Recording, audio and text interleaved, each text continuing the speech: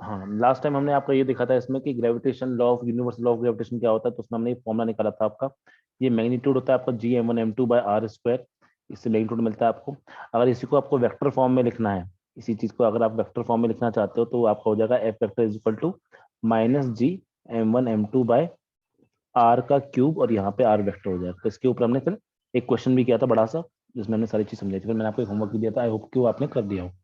चलिए इसके आगे हम अगर हम देखें तो इसके आगे हमको पढ़ना है आपका एक्सेलरेशन ड्यू टू ग्रेविटी। अच्छा, उसको पढ़ने से पहले हमको ये पढ़ना होगा कि आपका अगर कोई बड़ी बॉडी आ जाए, अभी तक जो भी हमने बात की है पॉइंट मासेस के लिए करिए। अभी तक हमने जो भी बात करी है वो आपकी कैसे मासेस के लिए, पॉइंट मासेस के लिए करिए। अगर आपके पॉइंट मासेस ना रहे, अगर आपका जो मासेस हैं वो बड़े हो जाएं, जैसा कि आपका सॉलिड सिलेंडर हो जाए, या फिर आपका सॉलिड क्यूब हो जाए, या फिर आपका सॉलिड बॉडी हो जाए, कुछ भी हो जाए, तो उस केस में हम क्या कर सकते हैं, उसके सेंटर ऑफ मास पे हम मान सकते हैं आपका बॉडी को। अगर आपका ऐसा हो जाए कि अगर बॉडी जो है आपकी वो बड़ी हो जाए, ठीक है, अगर आपकी एक्सटेंडेड बॉडी हो जाए, कंटिन्यूस बॉडी हो जाए, तो उस केस में हम क्या मानते हैं, उस केस में हम उसके सेंटर ऑफ मास पे को लेके चलते हैं। जैसे मान लीजिए एक ये बड़ी बॉडी है और एक ये बड़ी बॉडी है। अब इन दो बॉडी के लिए जो आपका हमने ये लिखा था, ये हमने लिखा था आपका पॉइंट मासेस के लिए लिखा था। तो अगर ऐसा कुछ हो जाए तो कोई चिंता वाली बात नहीं है। हम इस बड़ी बॉडी को किससे रिप्लेस कर देंगे, सॉरी डायग्राम बड़ा गंदा बना है। इस बड़ी बॉडी को हम इसके सेंटर ऑफ मास पे सारा मास मान लेंगे। जो भी इसके ऊपर टोटल मास है, लेट से m1, इसके ऊपर मास है m2, तो उसका सेंटर ऑफ मास होगा यहाँ पे कहीं बीच में। तो इनके जो भी सेंटर ऑफ मास निकल के आएंगे, लेट से सेंटर ऑफ मास को मैंने G1 से रिप्रेजेंट किया यहाँ पे, और इसको मैंने G2 से रिप्रेजेंट किया यहाँ पे। तो सेंटर ऑफ मास को जोड़ने वाली जो लाइन होगी, मैं उसके अलोंग लगाऊंगा अपना यूनिवर्सल लॉ ऑफ ग्रेविटेशन। इस तरह से मैं लगा सकता हूँ यूनिवर्सल लॉ ऑफ ग्रेविटेशन, इसको मैं अपना आर मानूंगा यहाँ पे। और उसके बाद फिर ये जो फॉर्मुला है, सेम टू सेम फॉर्मुला मैं लगा सकता हूँ बिल्कुल इसी तरह से, और कुछ भी चेंज नहीं करना आपको। कभी कभी क्या होता है कि आपके पास कुछ बॉडीज हॉलो भी होती हैं। कभी कभी ऐसा भी होता है कि आपके पास कुछ बॉडी हॉलो है। कभी कभी ऐसा होता है कई बॉडी पूरी भरी हुई है, सॉलिड बॉडी है। तो अगर हॉलो बॉडी आती है, तो हम क्या मान सकते हैं, उसके उसके भी सेंटर ऑफ मास के लिए चलेंगे। दुनिया में चाहे हॉलो बॉडी हो, चाहे आपकी सॉलिड बॉडी हो, आप हमेशा क्या मान सकते हो, उसको मान सकते हो अपना as a centre of mass मान के उसको रिप्लेस करके कर सकते हो। चलिए कोई बात। नेक्स्ट चीज, हम ग्रेविटेशनल कांस्टेंट की वैल्यू क्या होती है, तो हम जानते ही हैं। आपका बुक में ग्रेविटेशनल वैल्यू को निकालने का एक तरीका दे रखा है, जो आपके लिए बिल्कुल इंपॉर्टेंट नहीं है, ना एग्जाम पॉइंट ऑफ व्यू से इंपॉर्टेंट है, और ऑब्वियसली इस बार सिलेबस में भी नहीं है आपके, तो उसको हमको ज्यादा देखना नहीं है। नेक्स्ट चीज जो हमको देखनी है वो है आपकी acceleration due to gravity of earth. Next चीज जो आपको देखनी है वो काफी इंपॉर्टेंट टॉपिक है, यहाँ से सवाल पक्का आने की उम्मीद है। वो है आपका acceleration due to gravity of earth. ध्यान दें, ये सिर्फ अर्थ के लिए ही डिफाइन नहीं होता है। ये डिफाइन हम किसी के लिए भी कर सकते हैं, किसी भी प्लेनेट के लिए, किसी भी बॉडी के लिए हम डिफाइन कर सकते हैं।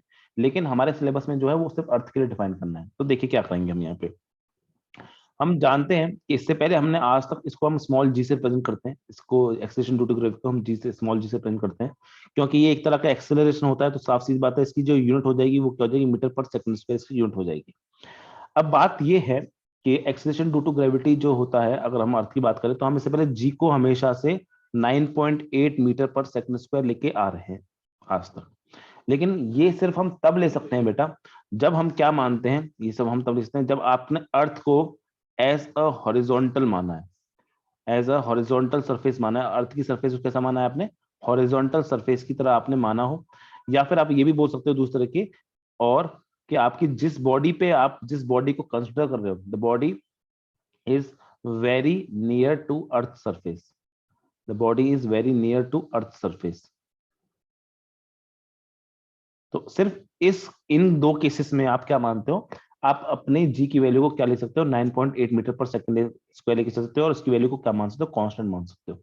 ये सिर्फ और सिर्फ कब माना जाएगा, जब आपकी बॉडी कहां पर है, it is very near to earth surface, या फिर अर्थ को एज अ हॉरिजॉन्टल सरफेस माना है। अब हम जानते हैं कि जो अर्थ होती है वो हॉरिजॉन्टल सरफेस तो नहीं होती है। अर्थ की जो बेटा शेप होती है, ये याद रखनी है हमको, आपकी बुक में नहीं दे रखा है, वो पता होनी चाहिए। लेकिन अर्थ की जो शेप होती है, वो शेप का नाम होता है जियोइड। आप कुछ बच्चे इसको एग शेप बोलते हैं, कुछ बच्चे इसको इलिप्टिकल शेप बोलते हैं। इलिप्टिकल शेप बोलना गलत है, बिकॉज सवाल यह आता है कि इलिप्टिकल क्यों नहीं बोल सकते, बिकॉज इलिप्टिकल होती है ऐसी शेप, लेकिन इलिप्टिकल जो होती है ना बेटा, इलिप्टिकल या इलिप्स जो शेप होती है वो आपकी एक 2D फिगर होती है, ये आपकी 2D या एक प्लेनर फिगर होती है, आप एक पेज पे ही बना सकते हो उसको, ये पेज के बाहर नहीं आती। लेकिन अगर इसी को मैं 3D में देखना चाहूंगा, ऐसे करके है ये आपकी 3D में देखना चाहूंगा, तो 3D में आपको कैसे दिखेगी, आपके इसकी ये आपके पीछे भी होगी, ये आपके सामने भी होगी, आगे भी होगी, इस टाइप से पूरी होगी। तो एक्चुअली में 3D में अगर दिखते हैं, तो अगर मैं इलिप्स को ही 3D में बना दूं, इलिप्स को मैं इस तरह से 3D में बना देता हूँ, तो वो शेप क्या कहलाएगी आपकी यहाँ पे, जियोइड शेप कहलाती है। तो याद रखना है, अर्थ की शेप का जब भी नाम आएगा तो ये सब नहीं बोला जाएगा इलिप्टिकल होती है, एग शेप्ड होती है, ऐसा कुछ नहीं। इसकी शेप का एक स्पेशल नाम है जो होता है जियोइड, जो आपको पता ही होता है, कई बार छोटे मोटे एग्जाम्स के ऑब्जेक्टिव पॉइंट ऑफ व्यू से ये चीज पूछ ली जाती है।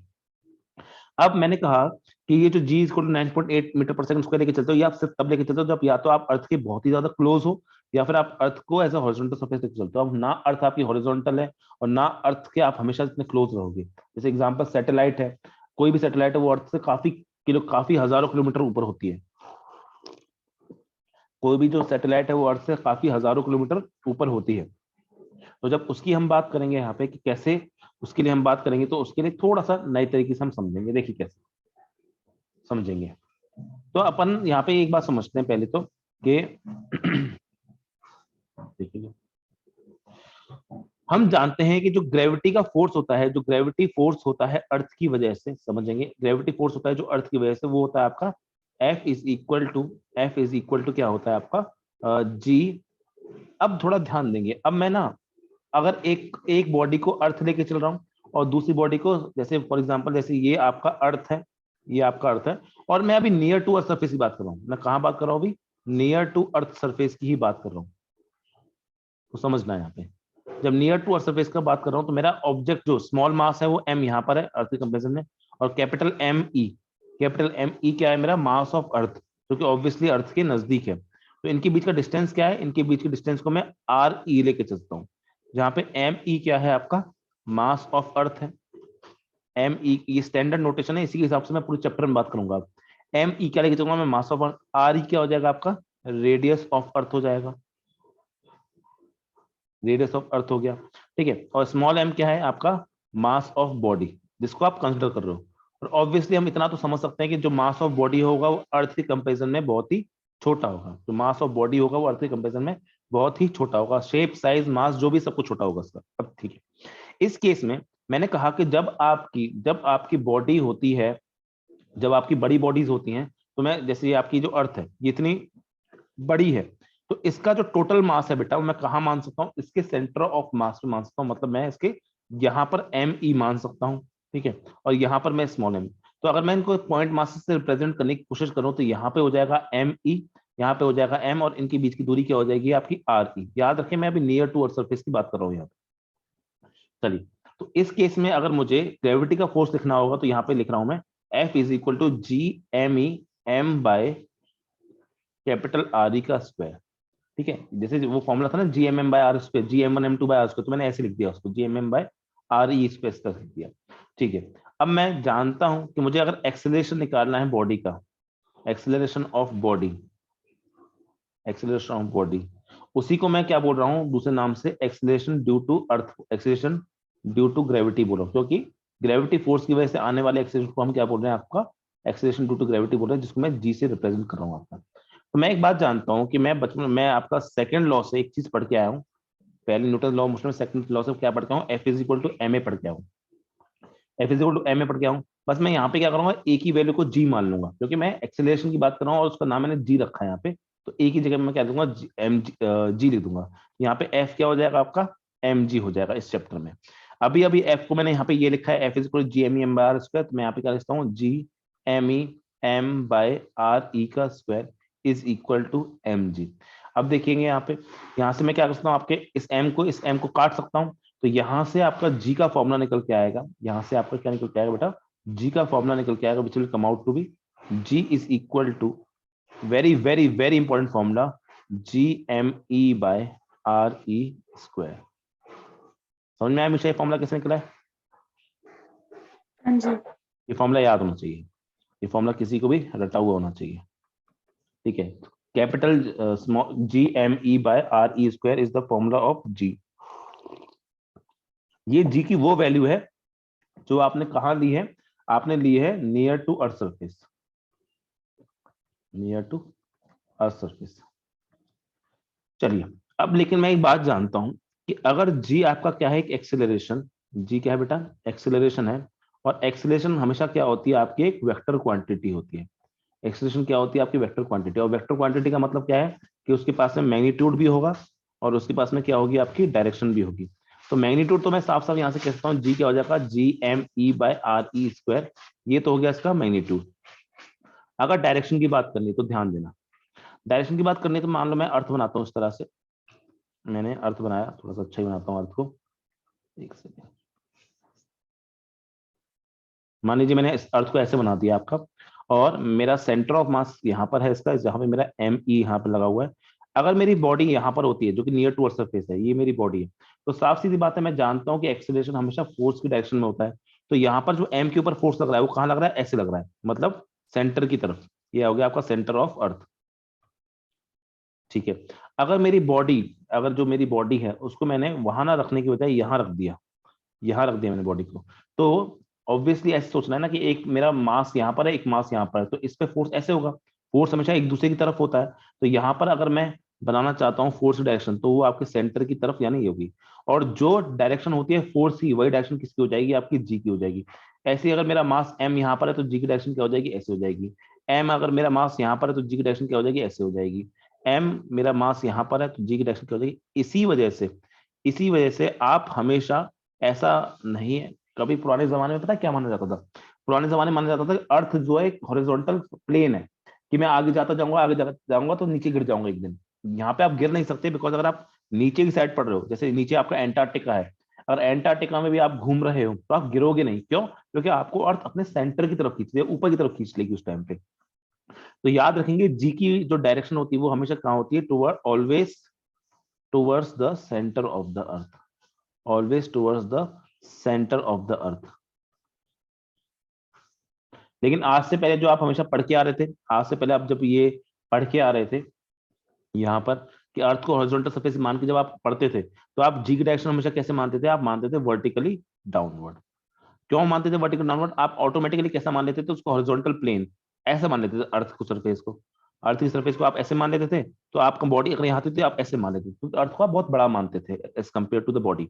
लेकिन एग्जैक्टली क्या होता है, एग्जैक्टली आपका जो, अगर मैं बॉडी को कहीं भी रखा है तो उसकी डायरेक्शन हमेशा क्या होती है, towards the centre of the earth होती है। और मैग्नीट्यूड का फॉर्मूला तो क्या होता है, G M E by R E square. अब आप सोचते हो कि जो जी की वैल्यू 9.8 आई थी, वो आई कैसे थी, तो एक्चुअली वो यहीं से आई है, एक्चुअली वो यहीं से आई है। इस जी की वैल्यू में अगर मैं थोड़ा सा ध्यान दूं तो जी क्या होता है, अगर मैं जी जो होता है उसकी वैल्यू क्या होती है, 6.67 इंटू 10⁻⁻11 न्यूटन मीटर स्क्वायर पर केजी स्क्वायर। अगर मैं बाकी चीजों की बात करूं यहाँ पे, जैसे मास ऑफ अर्थ की बात करूं, तो मास ऑफ अर्थ होता है आपका 10⁻24 के आसपास, मतलब 6 पॉइंट कुछ कुछ वैल्यू अगर आप लेंगे तो उसकी वैल्यू होती है 6 पॉइंट कुछ कुछ करके 10⁻24 के आसपास। और अगर वहीं पे आप बात करेंगे अर्थ के रेडियस की, तो वो लगभग होता है आपका 6400 किलोमीटर के आसपास। तो इतनी वैल्यू को अगर आप लेके चलते हो, इन वैल्यू को अगर आप डालते हो, आर ई की वैल्यू डाल देते हो, और अगर आप डाल देते हो, अगर आप आर ई की वैल्यू को वहां पर पुट कर दो 6400 के आसपास, अगर आप वहां पे पुट कर दो क्या कहते हैं, रेडियस उसकी, मास ऑफ अर्थ की वैल्यू जो कि होती है 6 इंटू 6.11 इंटू 10⁻24। तो जब आप इनकी वैल्यू को डाल देते हो, जब आप इनकी वैल्यू को उसमें पुटअप कर देते हो, तो उससे आप क्या है, उससे आप इसकी वैल्यू निकाल सकते हो। और उसकी वैल्यू निकल के तब उसकी वैल्यू निकल के आती है आपकी, एक सेकंड, गायब हो गया मेरा पेज। ठीक, ये रहा। हाँ, तो यहाँ पे अगर मैं एम ई की जो वैल्यू है वो लगभग 6.1 इंटू 10⁻24 मानता हूँ लगभग। ठीक है। और जो आर ई की वैल्यू, याद करने की जरूरत नहीं है, आर ई की वैल्यू लगभग 6400 किलोमीटर होती है। तो इन तीनों चीजों को जब मैं इस फॉर्मूले में पुटअप करता हूँ, तो आपकी जी की वैल्यू क्या निकल के आती है, 9.8 मीटर पर सेकंड स्क्वायर। और क्योंकि मैंने ये अर्थ की सरफेस पे रख के बॉडी को लगाया है, इसलिए ये कौन सी वैल्यू होगी, ये होगी acceleration due to gravity, acceleration due to gravity on earth surface. जब बॉडी आपकी अर्थ की सरफेस पे ही रखी है तो उस टाइम पे एक्सीलरेशन ड्यू टू ग्रेविटी को आप क्या लेते हो 9.8। कभी कभी इसको हम लगभग 10 के बराबर ले सकते हैं just for calculation in questions, लेकिन अगर बोली गई हो तब, अगर बोली ना गई हो तो आपको 9.8 ही वहां पे लेके चलनी पड़ेगी। ठीक है, तो ये आपको याद होना चाहिए। अब सुनिए, तो अब हम नेक्स्ट बात करने वाले हैं और जो कि काफी इंपॉर्टेंट चीज है, जो इससे एग्जाम में क्वेश्चन आने के चांसेस बहुत ही ज्यादा है, उसको देखते हैं। वो ये है कि आपका ग्रेविटी पे किस चीज की वजह से फर्क पड़ता है। तो ग्रेविटी पे मैं बात करता हूं इफेक्ट्स ऑन ग्रेविटी या effects on G, acceleration due to gravity, gravity बोलना गलत है, एक्सीलरेशन ड्यू टू ग्रेविटी पे किस किस का फर्क पड़ता है। तो एक्सीलरेशन ड्यू टू ग्रेविटी बेटा बहुत सारी चीजों में फर्क पड़ता है, एक्सीलरेशन ड्यू टू ग्रेविटी में बहुत सारी चीजों में फर्क पड़ता है। मैं बताता हूँ कैसे कैसे। तो जैसा कि मैंने आपको बताया, आप अपने लिए इस चैप्टर में ना, आप इस चैप्टर में आप अर्थ को स्फेरिकल मान के चलोगे। आप इस चैप्टर में फॉर योर सिलेबस, आपके सिलेबस के according, for syllabus point of view की बात करें तो earth will be considered as spherical, will be considered as, spherical कैसा, ऐसा सॉलिड स्फीयर। ये अप्रोक्सीमेशन है, जो बहुत बड़ा अप्रोक्सीमेशन है, ठीक है, लेकिन हम जानते हैं वो एग्जैक्टली स्फेरिकल तो नहीं होती है। तो अर्थ पे किस किस चीज का प्रभाव पड़ता है, अगर एक्सीलरेशन ड्यू टू ग्रेविटी की बात करें तो मैं पहले ऐसी कुछ चीजों की बात कर रहा हूं जिसमें आप अर्थ को एज ए स्फीयर नहीं मानते हो। तो अर्थ पे जो फर्क पड़ता है वो पड़ता है आपका शेप ऑफ अर्थ का। ये आपके सिलेबस में नहीं है, मैं फर्स्ट पॉइंट और सेकंड पॉइंट जो बताने वाला हूं ये आपके सिलेबस में नहीं है, फिर भी आप सुन लो क्योंकि नीट और आईआईटी में पूछा जाता है। अर्थ की जो शेप होती है, एग्जैक्ट शेप क्या होती है, जियोइड। जियोइड से कहने का मेरा मतलब होता है कि it is a little flat on poles and, इस तरह से मैं दिखाता हूँ इसकी शेप होती है अर्थ की कुछ इस टाइप से, कुछ इस टाइप से शेप, एक गोल नहीं है, ठीक है, ये आपका गोल नहीं, मैं इसको थोड़ा सा और अच्छे से बनाता हूँ।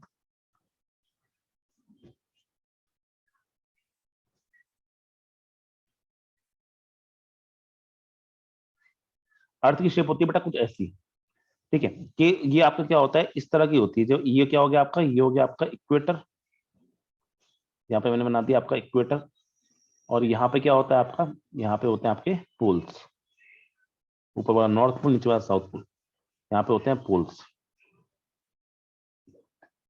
फिर से बता दूं, ये आपके एनसीईआरटी के सिलेबस में नहीं है पर बाकी एग्जाम से पूछा जाता है, इसको पता होना चाहिए।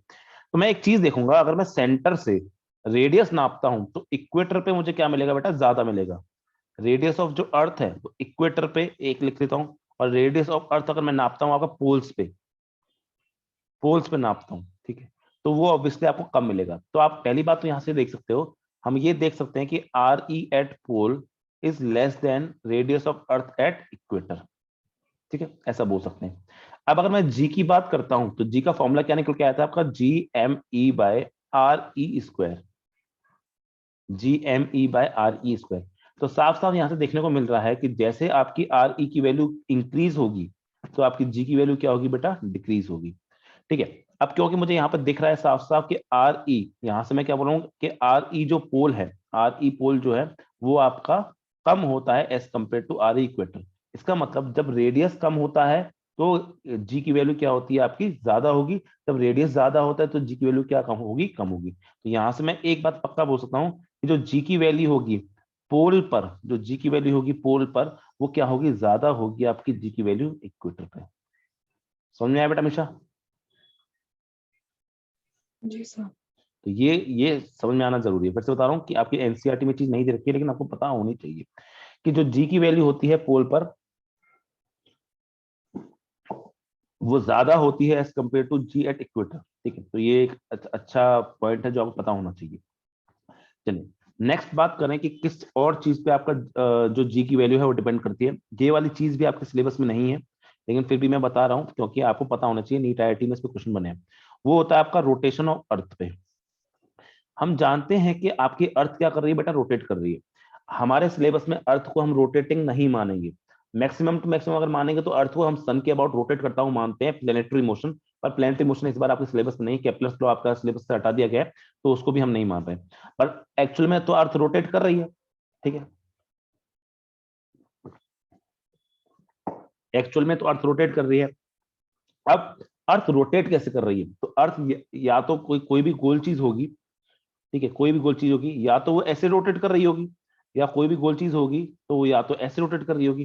तो कैसे, ये होता है वेस्ट टू ईस्ट रोटेशन, और ये होता है ईस्ट टू वेस्ट रोटेशन।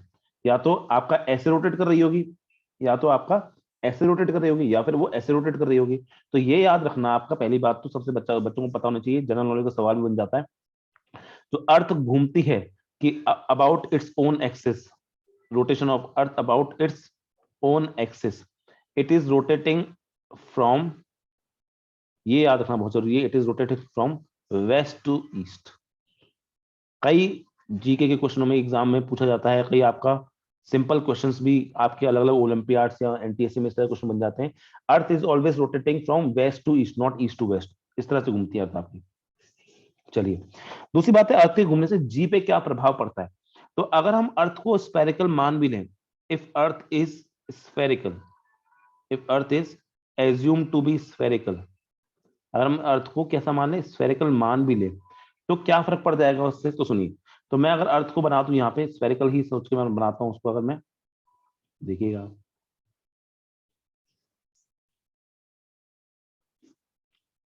तो कैसे उसके घूमने से कैसे प्रभाव पड़ता है वो समझेंगे यहाँ पे हम। तो मैंने बोला कि लेट्स से कि ये आपकी एक्सिस हो गई, लेट्स से मैंने आपको यहाँ पे एक्सिस बनानी है, मैंने बना दी, ये आपकी अर्थ की एक्सिस हो गई इस तरह से, दिस इज योर अर्थ की एक्सिस। एक्सिस एक्चुअली में एक्सिस भी सीधी नहीं होती, एक्सिस थोड़ी सी टेढ़ी होती है, पर वो ये ना कि बहुत सारी चीजें हैं जो आपका हम यहाँ पे नहीं पढ़ रहे हैं, ठीक है। तो वो आपकी ऐसे घूम रही है। अब होता क्या है कि आप यहाँ पे इक्वेटर है आपका, यहाँ पे क्या है आपका, इक्वेटर है, ठीक है। अब और यहाँ पे आपके पोल्स हैं, यहाँ पे पोल्स पड़ गए, यहाँ पे इक्वेटर पड़ गया आपका। आप मान लो आपका जो बॉडी है, जो मास है वो यहाँ रखा हुआ है, आपका जो बॉडी का मास है वो यहाँ पे रखा हुआ है, और यहाँ पर आपका कैपिटल एम ही मान लेते हैं हम अर्थ का मास। तो थोड़ा ध्यान देंगे यहाँ पे, तो ये क्या हो जाता है आपका, ये तो आर ई के बराबर हो गया। तो होता क्या है कि अर्थ रोटेट कर रही है, तो ये मास भी तो साथ में रोटेट कर रहा है। अर्थ अगर रोटेट कर रही है तो मास भी तो रोटेट कर रहा है, उसका सर्कल क्या होगा रोटेशन का, ये सर्कल रोटेशन होगा। अगर अर्थ रोटेट कर रही है तो आपका मास भी क्या कर रहा है, वो भी रोटेट कर रहा है ऐसे ऐसे। जब वो रोटेट कर रहा है, जब वो रोटेट कर रहा है तो उस पर क्या लगेगा, हम जानते हैं कि जब भी कोई बॉडी रोटेट करती है तो उस पर आपका सेंट्रीफ्यूगल फोर्स हम मान लेते हैं। तो उस पर इस तरह का क्या मान लेंगे हम, एक इस तरह का हम मान लेंगे, उस पर सेंट्रीफ्यूगल फोर्स मान लेंगे, ठीक है। अगर सेंट्रीफ्यूगल फोर्स की वैल्यू लिखता हूं मैं यहाँ पे, तो अगर अर्थ जो है वो आपकी ओमेगा से घूम रही है तो इसका एफ सी की वैल्यू क्या हो जाएगी, it will be M omega square R पढ़ सकते हैं, तो एम ओमेगा स्क्वायर आर। बस ये आर जो है, ये आर आपका अर्थ का रेडियस नहीं होगा, ये तो ये वाला रेडियस होगा, ये वाला रेडियस होगा, ये आर, ये होगा, ठीक है। क्योंकि जिस सर्कल हम पढ़ के आए बचपन में, बचपन में क्या मतलब इसी सर्कुलर मोशन में पढ़ के आए कि अगर ऐसे आर होता है तो इस बॉडी पे ऐसे सेंट्रीपिटल फोर्स, सेंट्रीफ्यूगल फोर्स होता है, और एम आर ओमेगा स्क्वायर या एम ओमेगा स्क्वायर आर ये फॉर्मूला होता है, ऐसे लगेगा जो। अब यहाँ पर अगर और बात करें, इसको एंगल को लेते हैं मान लो हम थीटा, इस एंगल को हम लेते हैं मान लीजिए थीटा। तो हम इतना तो जानते हैं कि जो इस पे लग रहा होगा, जो इस पे लग रहा होगा ग्रेविटेशनल फोर्स, वो तो इस तरह लग रहा होगा यहाँ पे एम जी, जो इस पे ग्रेविटेशनल फोर्स लग रहा होगा वो एम जी ऐसे लग रहा होगा, ठीक है। तो मैं इस आर की वैल्यू को अगर निकालूं, इस आर को अगर मैं थोड़ा ध्यान देकर निकालूं, तो मैं कैसे निकालूंगा कि अगर ये एंगल थीटा है, आप सुन लो बस, क्योंकि ये चीज आपके सिलेबस में नहीं है, मैं फिर से बता दूं, लेकिन पता होता है तो अच्छा लगता है, इसका रिजल्ट अगर याद हो जाए तो बहुत अच्छी बात है। ये आर है तो ये आर है, तो हम साइन थीटा क्या लिख सकते हैं, हम sine theta, sorry sine theta नहीं, हम यहाँ से कॉस थीटा लिख सकते हैं। आपका cos theta is equal to R upon R, तो यहाँ से आर की वैल्यू निकल के आ जाती है बेटा आर कॉस थीटा, क्योंकि हमें यहाँ पे निकालना है जी जो चेंज हो गया तो उसको हम जी डैश से बोलते हैं। तो जी डैश को हम क्या बोलते हैं, M G dash minus, sorry M ji.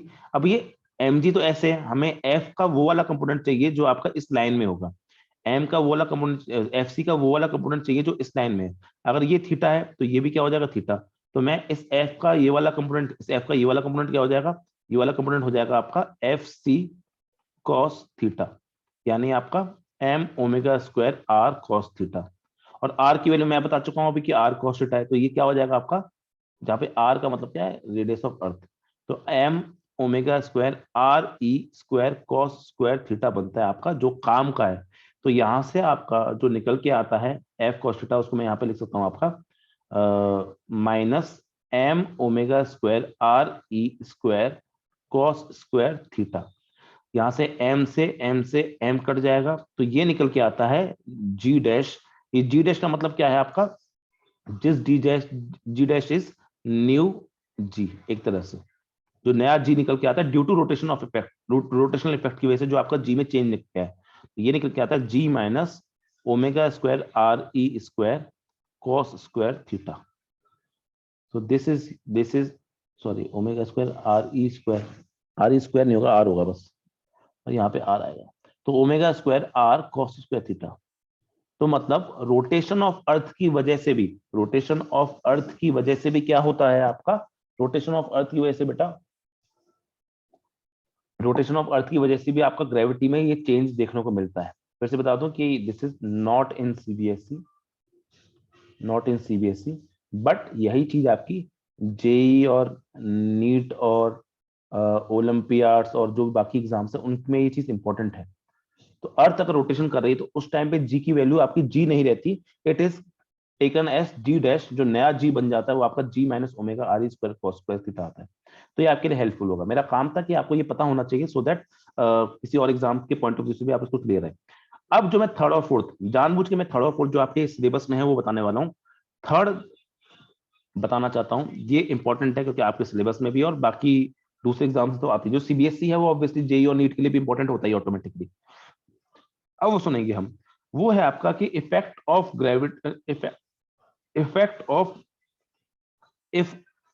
if object is at a height h from earth surface. अगर आपका अर्थ की सरफेस से जो आपका जो ऑब्जेक्ट है वो अर्थ की सरफेस से क्या है, कुछ h हाइट के ऊपर है। अब ध्यान देना, अर्थ को मैंने क्या मान रखा है, अर्थ को बेटा मैंने अपना स्फेरिकल ही मान रखा है। अर्थ को मैंने कैसा मान रखा है, अपना स्फेरिकल मान रखा है। ध्यान देना, अब इस तरह से मान लीजिए मैंने अर्थ बना दी आपकी। और मैंने आपका इस बार क्या किया, इस बार मैंने कोई आपका ऑब्जेक्ट रखा है, लेट्स से मेरा जो ऑब्जेक्ट है वो यहाँ पर है, एम मास का ऑब्जेक्ट है, और उसकी सरफेस, सरफेस मतलब ये वाली जगह है सरफेस, यहां से मैंने क्या ले लिया, यहां से मैंने हाइट ले ली आपकी एच, ठीक है।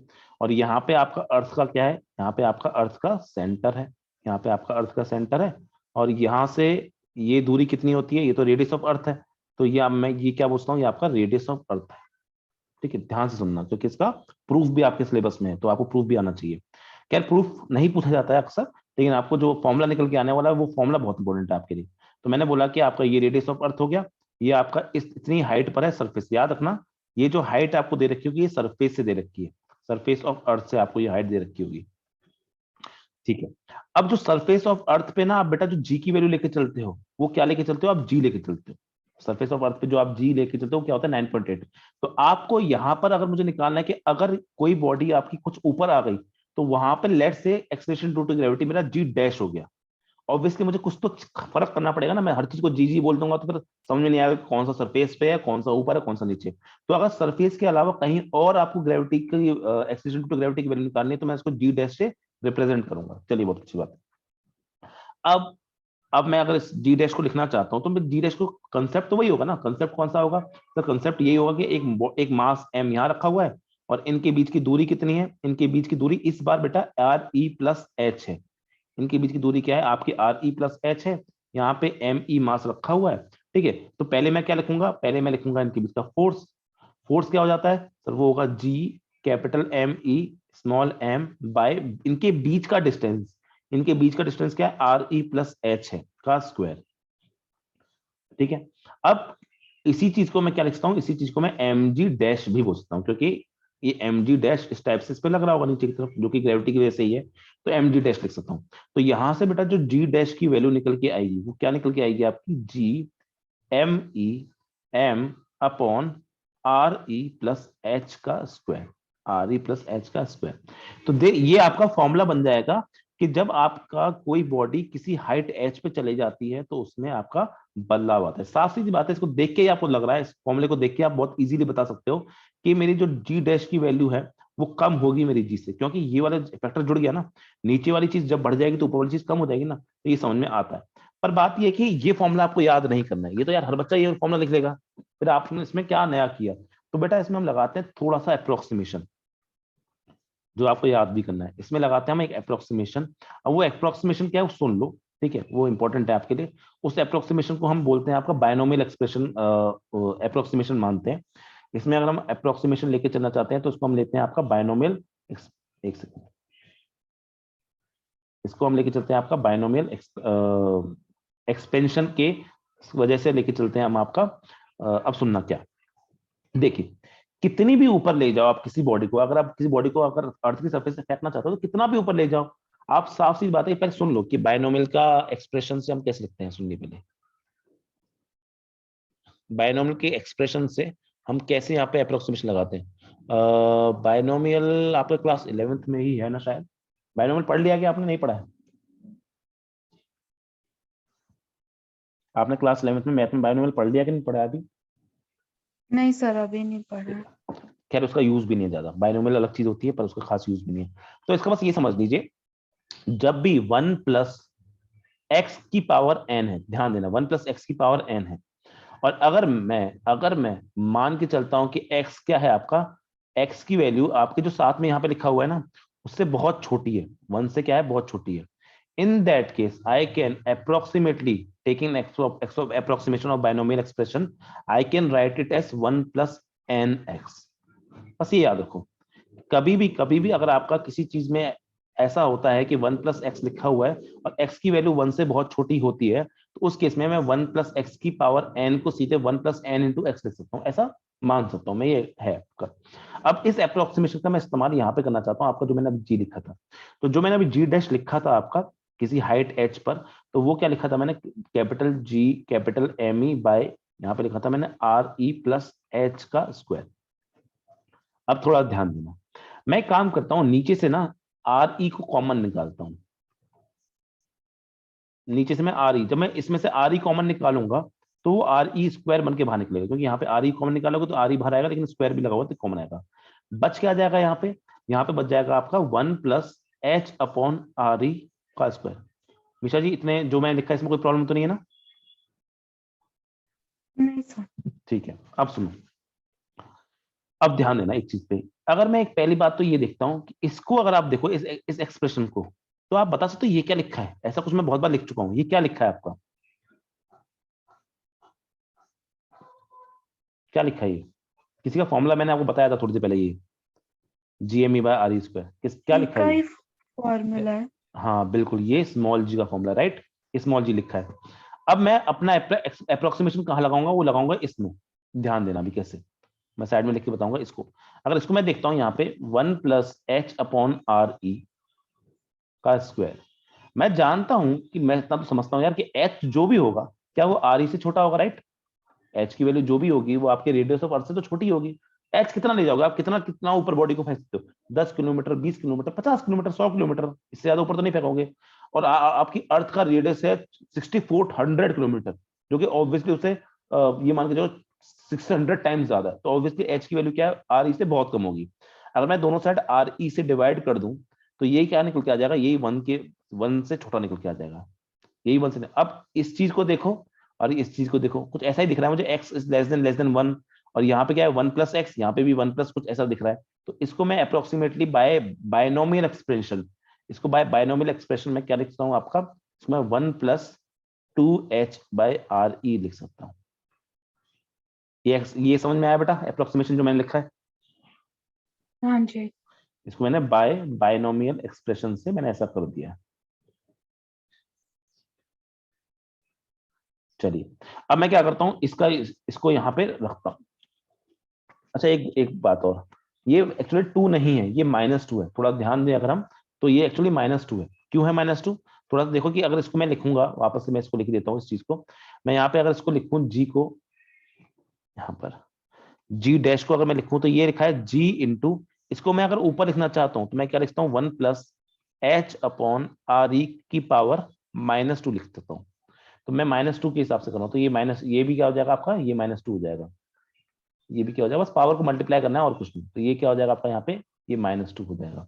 तो ये -2 होगा, तो इसको आफ्टर अप्रोक्सीमेशन मैं क्या लिख सकता हूँ, आफ्टर अप्रोक्सीमेशन लिख सकता हूँ G is equal to G into 1 minus 2h upon RE। ये आफ्टर अप्रोक्सीमेशन लिखा है, एग्जैक्टली तो आपको कुछ और था, लेकिन आपको आपको आफ्टर अप्रोक्सीमेशन ही वाला याद रखना है। तो ये यहाँ से निकल के आता है आपका G dash is equal to G into 1-2h/re। इसमें अगर थोड़ा ध्यान देंगे, ये वाला जो जी है, ये वाला जो जी है, ये आपका वही है कि आपका अर्थ सरफेस पे जो जी होता है ना, ये वही वाला आपका जी है 9.8 वाला। और ये जो जी है ये कहां से रहा आपका, ये जी डैश मतलब G above earth surface. Above earth surface मतलब आपका हाइट पे आने के बाद में ये वो है। और ये एच क्या है, ये एच जो है आपकी हाइट है, हाइट तो ठीक है, लेकिन कहां पर है ये अबव सरफेस है। याद रखना सारी बातें हमने यहाँ पे सरफेस से ऊपर की तरफ बात कर रहे हैं यहाँ पे। तो ये बेटा फॉर्मूला है और बहुत इंपॉर्टेंट फॉर्मूला है कि आपको ये फॉर्मूला याद होना चाहिए। ये फॉर्मूला भी आपको रटना है। तो आपका जब हम किसी हाइट पे जाते हैं तो उस टाइम पे जो जी की वैल्यू हो जाती है वो क्या हो जाती है, G dash is equal to G into 1-2h/re।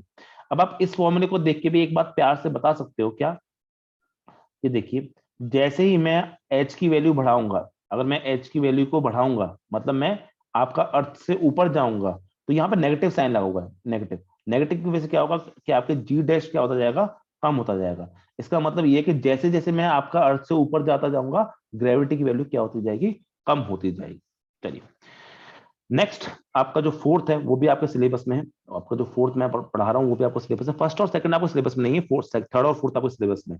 वो है, अगर हम कहाँ चले जाएं, अगर आपकी जो बॉडी है वो आपकी अर्थ के अंदर घुस जाए, अगर आपकी जो बॉडी है वो कहाँ चले जाए, अंदर घुस जाए। कि मैं पूछता हूं कि if body is below earth surface, earth surface at depth D. बहुत आराम से पढ़ेंगे ग्रेविटेशन चैप्टर को, क्योंकि अगर हम ज्यादा इसको जल्दी भागने करना तो भले कितना भी आसान चैप्टर हो, ये चैप्टर हार्ड भी हो जाता है बच्चों के लिए। तो इसमें ऐसे को नहीं कि हमें बस यही है कि सिलेबस खत्म करने के चक्कर में हम इसको खत्म कर दें, क्योंकि पहली बात तो बहुत छोटा चैप्टर है। पहली बात तो बहुत छोटा चैप्टर है, उसके बाद इसको अगर हम जल्दबाजी में निपटा दें तो कोई वो मतलब नहीं, और टाइम है हमारे पास में भी।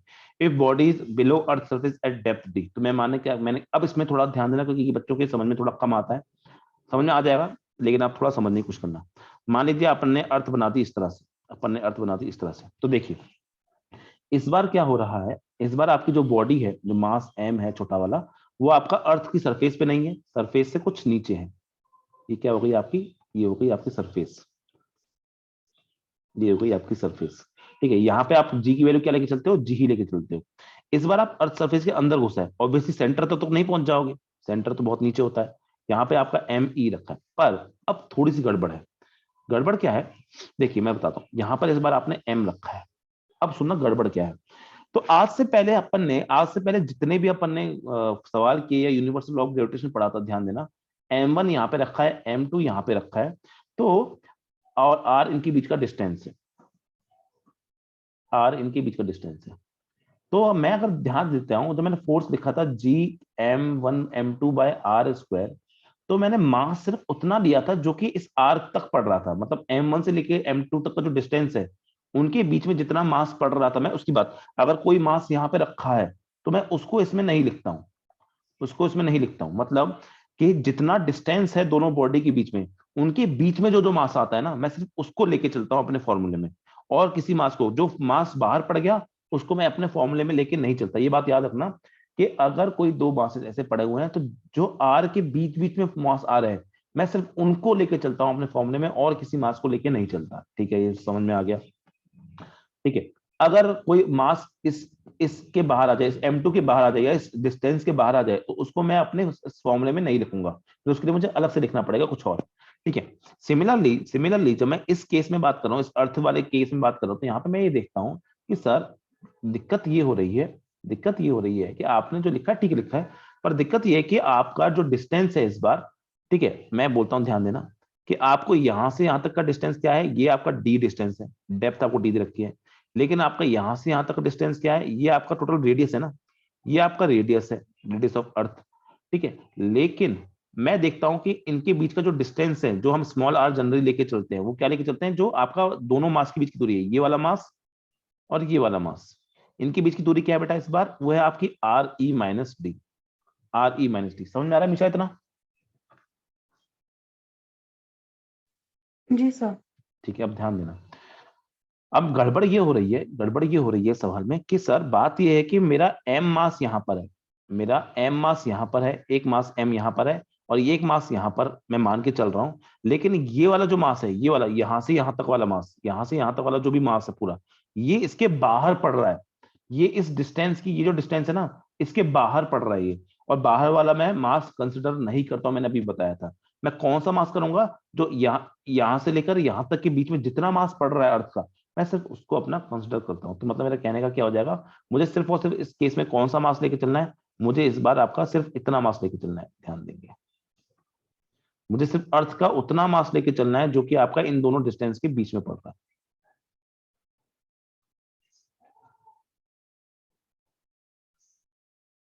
ठीक है, समझ में आया हमेशा मैं क्या बताना चाह रहा हूं?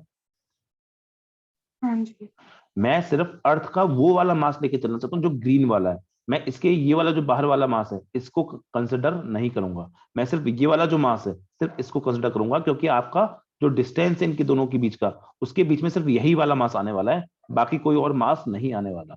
अब सवाल ये आ जाता है कि उसका मतलब इतना पक्का है कि मुझे इस बार मास ऑफ अर्थ नहीं लेके चलना, मुझे कुछ और मास लेके चलना होगा, और उसकी वैल्यू मैं ले लेता हूँ, लेट से एम एस लेके चलना है मुझे, क्योंकि एक स्फीयर है ना। तो मैं मान लेता हूँ मुझे एम एस लेके चलना है। अब सबसे बड़ा सवाल ये आता है कि इस एम एस की वैल्यू क्या होगी। देखो, मुझे मास ऑफ अर्थ की वैल्यू तो मुझे पता है, मुझे इस एम एस की वैल्यू निकालनी है। ठीक है, तो देखना मैं कैसे करूंगा। मैं बोलूंगा देखिए, जो भी है अर्थ, पूरी ले चाहे आधी लो, चाहे जितनी भी अर्थ लेनी है, अर्थ की जो पूरी डेंसिटी होगी, अर्थ की जो पूरी डेंसिटी होगी, वो तो सेम टू सेम होगी ना। मतलब मैं अगर डेंसिटी क्या होती है, डेंसिटी का फॉर्मूला क्या होता है आपका, मास अपॉन वॉल्यूम। तो अगर मैं पूरी अर्थ लूं, चाहे मैं इतनी अर्थ लूं, तो डेंसिटी तो दोनों की सेम होगी, हाँ बिल्कुल सेम होगी। तो अगर मैं रो को लिखना चाहता हूं तो मैं क्या लिख सकता हूं, टोटल मास ऑफ अर्थ। तो टोटल मास क्या है, एम ई, क्योंकि स्फेयर है और मैं जानता हूं कि वॉल्यूम ऑफ स्फेयर क्या होता है। वॉल्यूम ऑफ स्फेयर का फॉर्मूला होता है आपका, बचपन में पढ़ा होगा आपने, 4/3 पाई आर क्यूब, ये फॉर्मूला होता है आपका स्फेयर का। तो अगर मैं पूरी अर्थ लेके चलता हूं तो उसके लिए क्या लिखूंगा, M E upon 4/3 pi are E cube, मैं ये लेके चलूंगा। लेकिन अगर मैं सिर्फ अंदर वाला पार्ट लेके चलता हूं तो उसकी डेंसिटी तो सेम ही होनी चाहिए ना, बिल्कुल होनी चाहिए। उसका रेडियस मैंने क्या मान रखा है, उसका रेडियस यहाँ पे देखिए स्मॉल आर, डायग्राम में थोड़ा सा यहाँ पे खिचर पचर होगी, इसलिए ध्यान से देखना, यहाँ पे स्मॉल आर। तो मैं उसी टाइम पे इसका क्या लिखता हूँ, ये एम एस जो कि अंदर वाला मास है बस, डिवाइडेड बाय जो अंदर वाला रेडियस का वॉल्यूम है, यानी आर को मुझे यहाँ पे क्या करना पड़ेगा, आर स्मॉल लेना पड़ेगा। ये हमेशा समझ में आया इतना, क्योंकि एक एक स्टेप समझना जरूरी है। समझ में आया मैंने कैसे लिखा है? जी। ठीक है, अब यहां से इन दोनों को अगर इक्वेट करूं, इन दोनों को अगर इक्वेट करूं तो यहां से 4/3 पाई और ये पाई कैंसिल आउट हो जाएंगे। तो यहां से अगर मैं लिखना चाहता हूं तो मेरा M E upon R E cube is equal to निकल के आएगा आपका M S upon R cube, ये निकल के आएगा। चलिए मैं इसको आगे देखता हूं। तो एम ई, मैं ऐसा इसलिए कर रहा हूं ना बेटा, क्योंकि मैं चाहता हूं कि अपना फॉर्मूला जो निकल के आया ना, मेरा फाइनल फॉर्मूला, वो कैपिटल एम ई और कैपिटल आर में निकल के आना चाहिए। क्योंकि ये एम एस तो पता नहीं कितनी वैल्यू होगी, तो इसलिए मैं इससे बचना चाह रहा हूँ। अब मैंने अभी अभी आपको बताया कि इस आर की वैल्यू क्या है, इस आर की वैल्यू है आपकी आर ई माइनस डी। तो मैं यहाँ पे रख देता हूँ आपका M E upon R E cube is equal to M S upon, यहाँ पे रख देता हूँ मैं आर ई माइनस डी का क्यूब रख देता हूँ। तो यहां से बेटा मेरे एम एस की वैल्यू क्या निकल के आ जाएगी, एम एस की वैल्यू निकल के आ जाएगी M E R E minus D का cube upon R E cube. This will be the value of that mass of earth, जिसकी वजह से मेरा इस बार ग्रेविटी लग रही है। ग्रेविटी का फोर्स मेरा पूरे मास की वजह से नहीं आ रहा अर्थ के, सिर्फ उतने मास के जो अंदर वाला पार्ट है, बाहर वाले पार्ट से कोई मतलब ही नहीं होता मुझे। तो इस बार जब मैं फोर्स ऑफ ग्रेविटी लिखना चाहूंगा, मैं क्या लिखूंगा, एफ इज इक्वल टू मैं क्या लिखूंगा यहाँ पे मैं लिखूंगा आपका जी, कैपिटल जी। मास ऑफ अर्थ ना लेने की बजाय मैं सिर्फ वो वाला मास लूंगा जो अंदर की तरफ है। ठीक है, एम एस, और स्मॉल बॉडी का मास एम अपॉन अपॉन अब इनके बीच में जितना डिस्टेंस है, वो कितना डिस्टेंस है, वो तो आपका आर ई माइनस डी है, वो लिख दूंगा। ठीक है बेटा, ये समझ में आया मैंने कैसे लिखा, G M M by R उस पर लिखा, बस मैंने, समझ में आ गया पक्का? हाँ जी। क्योंकि नहीं समझाएगा तो आगे बढ़ना मुश्किल हो जाएगा। और इसी चीज को ना बेटा, मैं इसी चीज को एम जी डैश लिख रहा हूँ। ये जी डैश क्या है, जी डैश है आपका acceleration due to gravity at depth D, at depth D. क्योंकि ऑब्वियसली डेप्थ पे आने की वजह से जी चेंज हो गया, तो मैं ये लिखना चाहता हूँ। तो मैं इसमें लिखता हूँ, तो ये एम से एम कट गया, तो मेरा जो जी डैश निकल के आएगा बेटा इस बार वो क्या निकल के आएगा आपका, तो G M S by R E minus D का स्क्वायर। पर अभी गड़बड़ क्या है, गड़बड़ ये है कि एम एस मुझे अच्छा नहीं लग रहा दिखने को, क्योंकि मैं तो सारे फॉर्मूले कैपिटल एम ई में याद करने की कोशिश करता हूँ। तो मैं जब इसको हटाता हूँ यहाँ से, तो जी, इस एम एस को मैं क्या रख सकता हूँ, इस एम एस को मैं यहाँ से उठा के ये रख सकता हूँ। ठीक है, ध्यान देना, जब मैं एम एस की वैल्यू यहाँ पे रखता हूँ तो यहाँ पे M E into R E minus D का होल क्यूब डिवाइडेड बाय, यहाँ पे क्या रखता हूँ मैं, आर ई क्यूब रखता हूँ, ये मेरे एम एस की वैल्यू हो गई, इनटू नीचे वाली चीज तो अभी भी लिखी हुई है, तो मैं इसको लिखता हूँ 1 minus are E minus D, ये लिख सकता हूँ का स्क्वायर। अब देखो बहुत सिंपल सा फॉर्मुला निकल के आएगा, इसलिए घबराने की जरूरत नहीं कि इतना खतरनाक क्या किया जाना है। तो आखिरी फॉर्मुला निकल के आया ना, वो इतना सिंपल निकल के आएगा, तो आप बोलोगे अरे यार इतना सिंपल फॉर्मुला, इतनी सारी चीज करी अपन ने, ये से या 2 से एक पावर बन जाएगी बस यहाँ पे। ठीक है, तो यहाँ से जी डैश क्या निकल के आएगा, जी डैश निकल के आएगा जी एम ई, ठीक है, बाय, अब थोड़ा ध्यान देना मैं कुछ लिखने वाला हूँ, इस आर ई क्यूब को ना, इस आर ई क्यूब को मैं जानबूझ के लिख रहा हूँ are E square into R ई, ऐसे लिखना चाह रहा हूँ, क्यों, अभी आपको समझ आ जाएगा। ये लिख दिया मैंने आर ई स्क्वायर, यहाँ पे लिख दिया, और बाकी बचा हुआ मैंने क्या लिखा है, आर ई माइनस डी, इसके नीचे क्या आ जाएगा आपका आर ई। समझ में आ रहा है हमेशा? हाँ जी। अब मुझे बताइए ये किसका फॉर्मूला लिखा है? रेखा। बिल्कुल, तो ये जी ही लिखा है, मैं हर फॉर्मूले को स्मॉल जी में ही एक्सप्रेस करने की कोशिश कर रहा हूँ। अब यहाँ पे देखेंगे अपन, यहाँ पे तो मैं यहाँ पे देखूंगा अगर, तो are E minus D upon R ई, अगर मैं अलग अलग दोनों को डिवाइड करता हूँ तो क्या ये बन जाएगा आपका R E upon R E minus D upon R ई बन जाएगा। तो ये क्या बन जाएगा आपका 1 माइनस डी अपॉन आर ई बन जाएगा। तो यहाँ से यही चीज क्या बन के आ जाएगी आपकी, इसको मैं नेक्स्ट पेज पे लिखता हूँ, तो यहाँ पे आपका ये निकल के आएगा जी डैश, क्या निकल के आएगा आपका, it will come out to be g into 1 minus d upon re। कोई अप्रोक्सीमेशन करने की जरूरत नहीं है इसमें, ये ई छोटा है, ये कोई अप्रोक्सीमेशन करने की जरूरत नहीं है। ये फॉर्मूला मुझे इसलिए पसंद आ रहा है बिकॉज इसमें आपका कोई बाकी सब जो भी आप, जैसे आपने पिछला वाला फॉर्मूला याद किया था हाइट वाला, वैसे ही आप यहाँ पे इस्तेमाल कर रहे हो फॉर्मूले को, और इस फॉर्मूले को अपन को याद करना है, ये फॉर्मूला इंपॉर्टेंट है आपके लिए।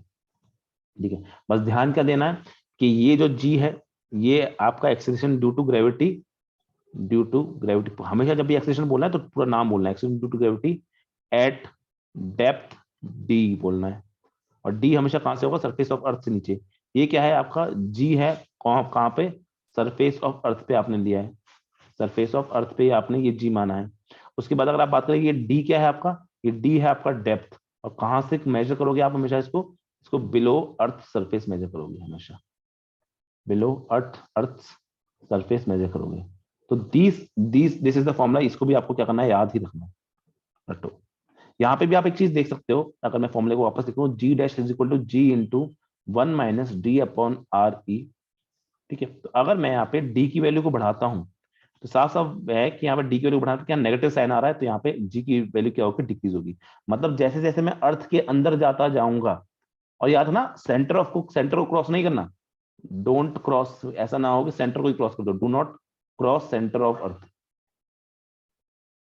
क्योंकि अगर आपने सेंटर ऑफ अर्थ को क्रॉस कर दिया तो आपको फिर ना, जैसे आपने सेंटर ऑफ अर्थ को क्रॉस कर दिया, मान लीजिए आपकी अर्थ इस तरह से, आपने ऐसे नीचे आते रहे नीचे आते, ये सेंटर है, इसको ही क्रॉस कर दिया, तो अब ना जो आप डेप्थ यहां से लेके चल रहे थे वो डेप्थ आपको यहां से लेके चलनी पड़ेगी, क्योंकि ये आपकी सरफेस हो जाएगी उस टाइम पे। तो अर्थ के सेंटर को क्रॉस मत कर देना बस। ठीक है, तो आपका ये फॉर्मूला बन के आ जाएगा। तो जब आपका आप डेप्थ को बढ़ाते हो तब जी की वैल्यू भी क्या होती है, कम होती जाती है। तो एक अल्टीमेटली एक चीज निकल के आती है, अगर मैं उसको यहाँ पे मेंशन कर दूं कि मान लीजिए ये अर्थ है आपका, ये अर्थ है आपका किसी भी जगह, सरफेस का मतलब ये नहीं था, सरफेस का मतलब यही है, सरफेस ये भी सरफेस है आपकी, कहीं भी आप ले लो सरफेस है वो सब, बस हम ऊपर से समझाते हैं क्योंकि देखने में अच्छा लगता है, कुछ नहीं। ये आपका सेंटर हो गया, चाहे आप अर्थ के अंदर जाओ चाहे आप अर्थ के बाहर जाओ। ठीक है, यहाँ पर जी डैश का फॉर्मूला क्या है, it is G 1 minus 2h upon R E, ये फॉर्मूला निकाला था अपन ने। और जब हम डेप्थ पे आ रहे थे, ये डी और ये एच था, तो यहाँ पे जी डैश का फॉर्मूला क्या था, यहाँ पे था आपका G into 1 minus D upon R E formula था। और यहाँ पे जी की वैल्यू क्या है, यहाँ पे जी की वैल्यू जी ही है।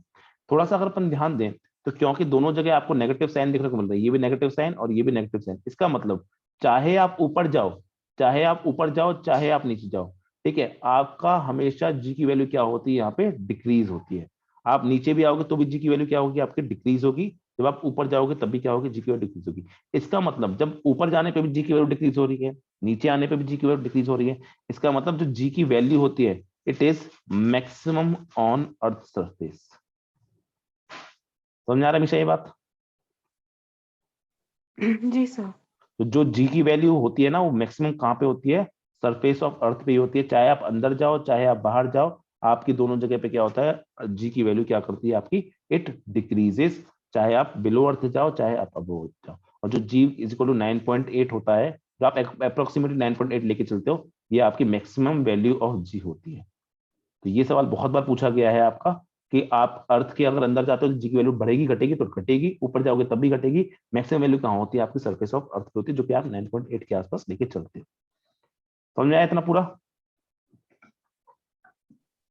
हाँ जी। ठीक है, तो ये बहुत ही शानदार चीज होती है, जो कि आपकी बुक ने भी बहुत अच्छे से मेंशन कर रखा है इसको, कि आप चाहे अर्थ के अंदर जाओ चाहे अर्थ के बाहर जाओ, the value of G always decreases. ठीक है, ये लिख रखा है आपकी बुक ने। It is the remarkable thing about the acceleration due to Earth's gravity is that it is maximum on Earth on its surface, decreasing मतलब decreasing whether you go up और डाउन, चाहे ऊपर जाओ चाहे नीचे जाओ, होती है। मैं फिर से बता दूं एक और चीज आपको यहाँ पे, कि आपका मैंने चार आपको इफेक्ट्स बताए कि जिससे आपकी ग्रेविटी पे फर्क पड़ता है, एक्सेलेरेशन ड्यू टू ग्रेविटी पे, शेप ऑफ अर्थ की वजह से। फिर से बता दो, this is not in CBSE syllabus. ठीक है, और नेक्स्ट बता दूं यहाँ पे, rotation of earth, it is also not in syllabus of CBSE, but this is very very important for you, कि आपका अर्थ से ऊपर आते हैं तब क्या होता है, तो ये आपका सिलेबस में है, जिसमें आपकी वैल्यू निकल के आती है, जो आपको याद भी रखनी है। और नेक्स्ट है आपका ये क्या कहते हैं, बॉडी अगर किसी अंदर की तरफ जा रही है, बिलो द अर्थ जा रही है, ये भी आपके लिए इंपॉर्टेंट है, क्योंकि ये दोनों आपके सिलेबस में है। लेकिन बाकी जो चीजें बताई वो भी आपको समझ में आनी चाहिए। तो ग्रेविटी पे सिर्फ कभी आपसे पूछा जाए ना, ग्रेविटी पे क्या सिर्फ ऊपर और नीचे जाने का फर्क पड़ता है क्या, नहीं, ग्रेविटी पे बहुत सारी चीजों का फर्क पड़ता है, एक्सेलरेशन ड्यू टू ग्रेविटी पे बहुत सारी चीजों। अभी अभी एक आध चीज और भी है जो मैंने आपको बताई नहीं है, लेकिन वो आपके सिलेबस से तो क्या, वो बहुत ही अपर लेवल है, वो आईआईटी और नीट के लिए भी काम की नहीं है। ठीक है, तो अर्थ पे बहुत सारी चीजों का प्रभाव पड़ता है, अर्थ पे मैग्नेटिक फील्ड का भी प्रभाव पड़ता है। पर अभी मैग्नेटिक फील्ड के बारे में बात करना बेकार, क्योंकि मैग्नेटिज्म के बारे में कुछ खास बड़ी चीज पड़ी नहीं है। अर्थ थोड़ी टिल्टेड है आपकी, उसकी जो एक्चुअली अर्थ की जो एक्सिस होती है ना बेटा, वो अर्थ की एक्सिस कुछ ऐसी होती है, ऐसे, और उसके अबाउट वो ऐसे घूमती है, तो इसका भी अर्थ की ग्रेविटी पे प्रभाव पड़ता है। लेकिन वही वाली बात है कि अभी इतना डीप में आपको चीजें पढ़नी नहीं है। ठीक है, तो बेटा आज की क्लास में हम इतना ही पढ़ रहे हैं। आज की क्लास में हमने एक्सेलेरेशन ड्यू टू ग्रेविटी बहुत फोकस्ड पढ़ाई करी है। हमने ये जो डेरिवेशन किए हैं, प्लीज एक बार ये डेरिवेशन अपने आप से भी करने की कोशिश करना, क्योंकि डेरिवेशन आपसे एग्जाम में पूछ सकता है, एक्सप्लेनेशन की फॉर्म में पूछ सकता है। ठीक है, तो आज की क्लास में हम एक्सेलेरेशन ड्यू टू ग्रेविटी पढ़ा, और उस पर क्या क्या चीजों का इफेक्ट पड़ता है वो पढ़ा। और नेक्स्ट क्लास में हम पढ़ेंगे आपका gravitational potential energy and potential. वो भी काफी इंपॉर्टेंट टॉपिक है, वो भी काफी कंफ्यूजिंग बच्चों को थोड़ी सी लगती है वहां पे समझने में। एक्चुअली एनसीईआरटी ने बहुत कंफ्यूजिंग बना दिया उसको, इतना कंफ्यूजिंग है नहीं वो, जितना एनसीईआरटी ने उसको बना दिया है। ठीक है, बहुत बहुत आसान है वो, पर एनसीईआरटी ने इस तरह से भाषा लिखी हुई है। मैं तो मतलब बच्चों को प्रेफर करता हूँ कि एनसीईआरटी ना पढ़े, इस चैप्टर के लिए एनसीईआरटी बिल्कुल मत पढ़ो, क्योंकि एनसीईआरटी ने बहुत कॉम्प्लेक्स तरीके से चीजों को यहाँ पे समझा रखा है। वो आपके बिल्कुल ना काम की ना कुछ एक और चीज के। बस एक चीज जाने से पहले मैं और बताना चाहता हूँ आपको, वो ये कि मैंने बताया कि यहाँ पे जो आपने जी कैलकुलेट किया है, एक्सीलरेशन ड्यू टू ग्रेविटी जो आपने कैलकुलेट करी है, वो आपने सिर्फ और सिर्फ किसकी करी है, वो आपने सिर्फ और सिर्फ करी है, ग्रेविटी जो कैलकुलेट करी है वो आपने सिर्फ अर्थ की कैलकुलेट करी है। तो अर्थ के केस में जब आप लिखते हो फॉर्मूला, तो वो क्या निकल के आता है, जी का फॉर्मूला वो निकल के आता है GME/RE², ये निकल के आता है। लेकिन ऐसा जरूरी नहीं है कि सिर्फ अर्थ के ऊपर ही तो ग्रेविटी होती है, ऐसा नहीं है। जितने भी बॉडीज आपकी सेलेस्टियल बॉडीज हैं, जितनी भी आपकी प्लेनेटरी बॉडीज हैं, जितनी भी आपकी सैटेलाइट्स हैं, जिनके पास भी ज्यादा मास होता है, हेवनली बॉडीज हैं, उन सब पे आपका acceleration due to gravity exist करता है। ठीक है, मून पे भी करता है, जुपिटर पे भी करता है, किसी भी रैंडम प्लेनेट पे, किसी भी रैंडम सैटेलाइट पे आपका एक्सेलरेशन ड्यू टू ग्रेविटी आती है। ठीक है, उन सब पे फॉर्मूला भी सेम टू सेम होगा, बस फर्क क्या पड़ जाएगा, यहाँ पे जी इंटू एम ई की जगह पे आप क्या लिख दोगे, यहाँ पे एम मून लिख दोगे, आर ई की जगह पे आप क्या लिख दोगे, आर मून का स्क्वायर लिख दोगे। ठीक है, जैसे कोई और प्लेनेट आएगा या कोई सैटेलाइट आएगी, तो वहां पे आपको कुछ नहीं करना, जी कैपिटल जी और एम आपको वहां पे प्लेनेट या सैटेलाइट का नाम लिखना पड़ेगा, डिवाइडेड बाय वहां पे रेडियस, आपको उस प्लेनेट का या सैटेलाइट का रेडियस लेके उसका स्क्वायर करना पड़ेगा। तो ऐसा नहीं है कि सिर्फ और सिर्फ आपका अर्थ पे ही जी होता है, जी बहुत जगह पे होता है। इंपॉर्टेंट रिलेशन यहाँ पे देखने को मिलता है, वो ये कि आप जब अर्थ और मून की ग्रेविटी, एक्सेलरेशन टू ग्रेविटी की बात करते हो, तो ये आपको रिलेशन याद होना चाहिए कि जो जी होता है मून पे, यहाँ पे अगर हम कुछ नहीं बोलते, जब हम सिर्फ जी लिखते हैं ना बेटा, तो हम सरफेस की बात कर रहे होते हैं वहां पे, ठीक है। वरना अगर सरफेस पे नहीं तो हम जी डैश बोलते हैं। तो ये याद रखना है आपको कि जो जी ऑफ मून होता है वो जी ऑफ अर्थ के 6 टाइम्स कम होता है, 1/6 टाइम्स बोल सकते हो आप। ये होता है, ये रिलेशन इंपॉर्टेंट रिलेशन है जो आपको पता होना चाहिए कि G of moon is equal to G of earth. कई बार ये सवाल आते हैं, आगे जाके हम इसको मैं सिंपल G/6 भी बोल सकता हूँ। आगे जाके हम टाइम पीरियड की, हम रोटेशनल स्पीड की, और हम कुछ कुछ चीजों की और बात करेंगे, तो वहां पे आपको ये चीज और डिटेल में आपको समझ में आएगी, ठीक है। तो आज की क्लास को हम यही खत्म कर रहे हैं जी के साथ में। नेक्स्ट क्लास में हम ग्रेविटेशनल पोटेंशियल एनर्जी पढ़ेंगे। चलिए मिलते हैं नेक्स्ट टाइम पे। Thank you very much.